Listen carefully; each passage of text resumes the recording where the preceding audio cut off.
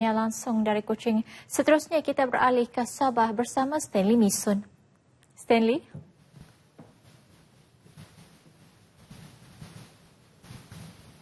Silakan. Terima kasih Fiona di Angkasa Puri. Salam sejahtera dan salam sehati sejiwa. Para pemimpin di Sabah mengalung-alungkan penubuhan jawatan kuasa khas untuk mengkaji secara terperinci hak Sabah terhadap penerimaan 40% hasil bersih yang dipungut Kerajaan Persekutuan. Penubuhan jawatan kuasa itu dilihat bertepatan dengan keterbukaan Perdana Menteri Datuk Seri Najib Tun Razak dalam menangani isu-isu permintaan rakyat Sabah. Apabila ada ketetapan seperti itu, ini menggambarkan satu positif attitude, penerimaan positif terhadap apa yang telah disampaikan melalui memorandum yang telah disampaikan oleh Yang Berhormat Datuk Hanifah. Harus diingat bahawa Sabah atau Kerajaan Negeri Sabah adalah sebahagian daripada Kerajaan Pusat, ya. Jadi sudah pasti cara kita menangani setiap permintaan daripada rakyat itu harus sejajar dengan kedudukan kita sebagai sebahagian daripada kerajaan persekutuan. Untuk mengkaji semula hak Sabah dalam hal revenue dan kita berharap kedua jawatan kuasa peringkat negeri dan juga peringkat persekutuan akan dapat menjalankan tugas mereka dengan baik. Satu jawatan kuasa yang agak baik, sesuai untuk melihat kepentingan negeri Sabah itu sendiri. Jadi kita berharap daripada jawatan kuasa ini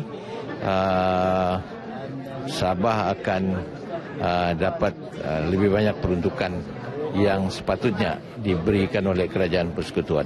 Kita memang sambut baik sebab ini bermaksud bahawa negeri Sabah boleh dapat lebih banyak allocation dari persekutuan dan dengan itu kita dapat lebih peruntukan untuk membangunkan negeri.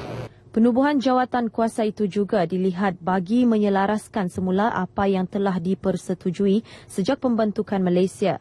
Justru jawatan kuasa itu diharap dapat meyakinkan rakyat sekaligus memberi bantuan dan peruntukan berasaskan peruntukan perlembagaan. Mereka ditemui media sempena Majlis Rumah Terbuka Hari Raya Aidilfitri yang di-Pertuan Negeri Tun Haji Johor Dato' Haji Mahiruddin di Istana Negeri Kota Kinabalu. Budaya kunjung mengunjungi yang diamalkan dalam musim perayaan perlu disemerakkan lagi bagi meningkatkan perpaduan antara masyarakat pelbagai kaum dan agama. Demikian saranan Timbalan Ketua UMNO bahagian Kota Kinabalu, Datuk Seruji Haji Nawawi.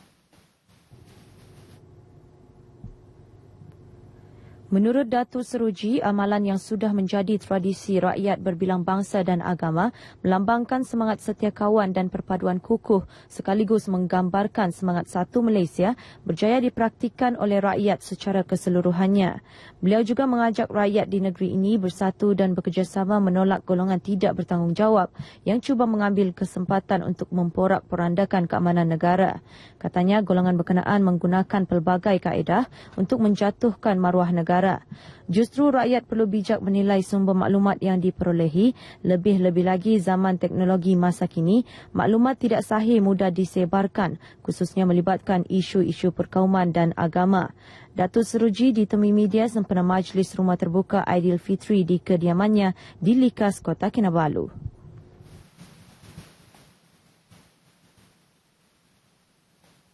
Bertugas di hari Lebaran pastinya satu pengorbanan yang amat besar. Ini turut dirasai oleh petugas-petugas media yang membuat liputan berita sama ada di media cetak maupun elektronik. Berkesempatan bertemu dengan petugas media beragama Islam yang bertugas pada hari Lebaran, ternyata bagi mereka ia satu amanah yang besar. Sebenarnya ini kalau dapat bertugas masa raya mungkin satu cabaran dari segi bagaimana kita mau menerima tanggungjawab itu sebab perasaan sudah berbahagi sama ada ingin menyambut hari raya dan juga dalam masa sama perlu melaksanakan tugas gembira pun ada kerana suasana Hari Raya di sini amat meriah sekali. Jadi membuatkan saya rasa tidak asing bila berada berjauhan dari keluarga. Selamat Hari Raya pada family saya, keluarga saya, ayah, umi saya. Diharap di sana pun meriah seperti di tempat-tempat yang lain walaupun ketiadaan saya di samping keluarga. Bagi saya beraya sambil bekerja adalah lebih menyeronokkan kerana boleh bersama-sama dengan rakan setugas yang lain yang turut bersama untuk menyambut Hari Aidilfitri sewaktu bekerja.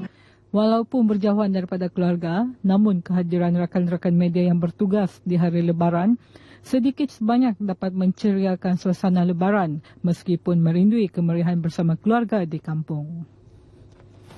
Paparan itu tadi mengakhiri sumbangan bahan berita dari Sabah hari ini. Kembali kepada Fiona di Angkasa Peri. Silakan.